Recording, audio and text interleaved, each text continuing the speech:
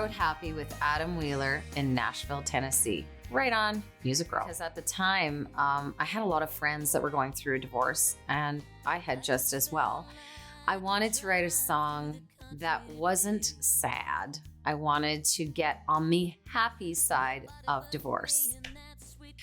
So I wrote Happy. I didn't quite know where I was going. I'd rented a car and found my way around Nashville. In 2009, maps, and it wasn't like it is now, even though it's 11 years later.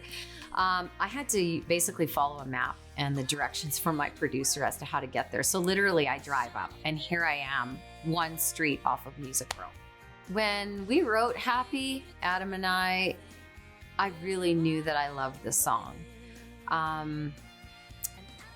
You know, you never know how a song's going to come to light, when it's recorded and what it's going to sound like. But honestly, it blew me away. Like, even now I could cry. Like when I think about just how the music came together, the song, the amazing players that played on it. You know, it just, every note, everything about it just made that song so awesome and so happy.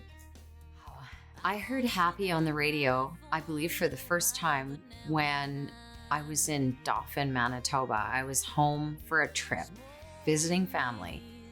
And my husband and I were on the Harley Davidson. And, you know, it's loud, you can hear things. And I'm going, oh my God, that's my song on the radio, because you could hear it. And we pulled the bike over and we listened to my song. It was awesome.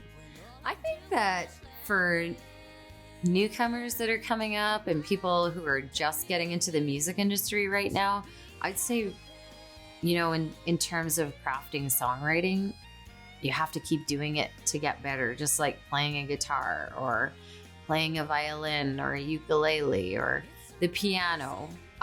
Or writing for a living. Like, you have to write and write and write.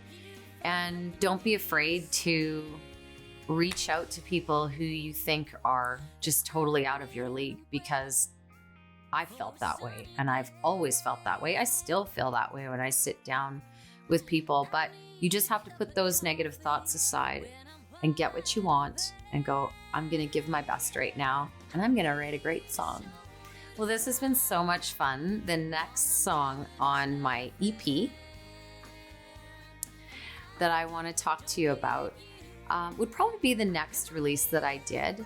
I'm a fan and a huge fan of country music, and Catch Me is pretty much the country song on this album, and I can't wait to tell you about that.